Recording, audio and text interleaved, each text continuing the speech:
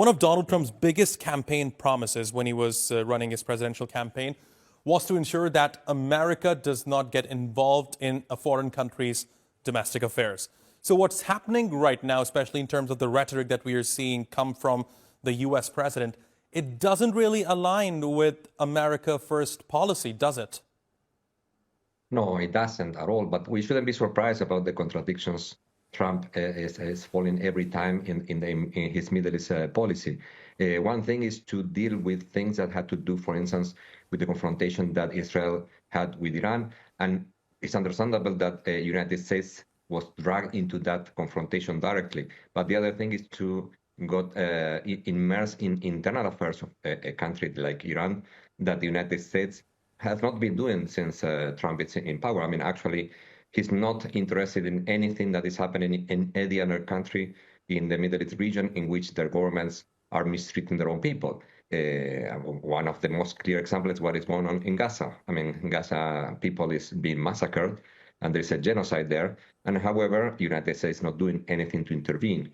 So either though they are upset with what is going on with the internal affairs in Iran, this is not something that should allow the United States to claim that they can intervene in any country of the Middle East in which there are legitimate protests about economic grievances, in which people... Right, and to that point about the protests, this is something that has been acknowledged by the Iranian president himself, that yes, there is an economic crisis that the country is facing right now.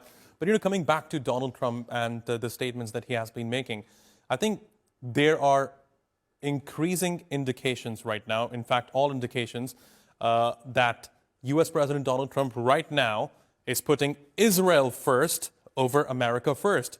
To what extent do you think it's going to be a problem for Donald Trump domestically?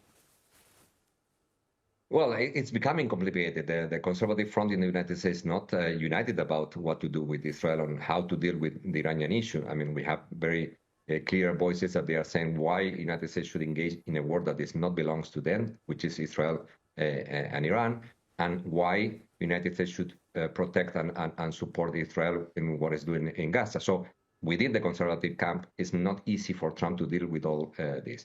Moreover, we have to bear in mind that since the beginning of the war in October 2023, Netanyahu has been the one dealing or setting the timing, setting the agenda of what is going on in the Middle East. Now, since Netanyahu also has this agenda of overthrowing the Iranian elites, political elites, United States might be dragged again into another adventure trying to benefit from this situation. We know that the interests of the United States and Israel are different.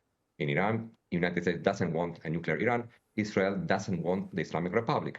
So whether Israel can convince the United States that this is the opportunity that they were looking for to destroy the Islamic Republic, we might find something that we're going to witness another confrontation in which the United States is entering into the scenario, supporting Israel claims, supporting Israel interests rather than American interests.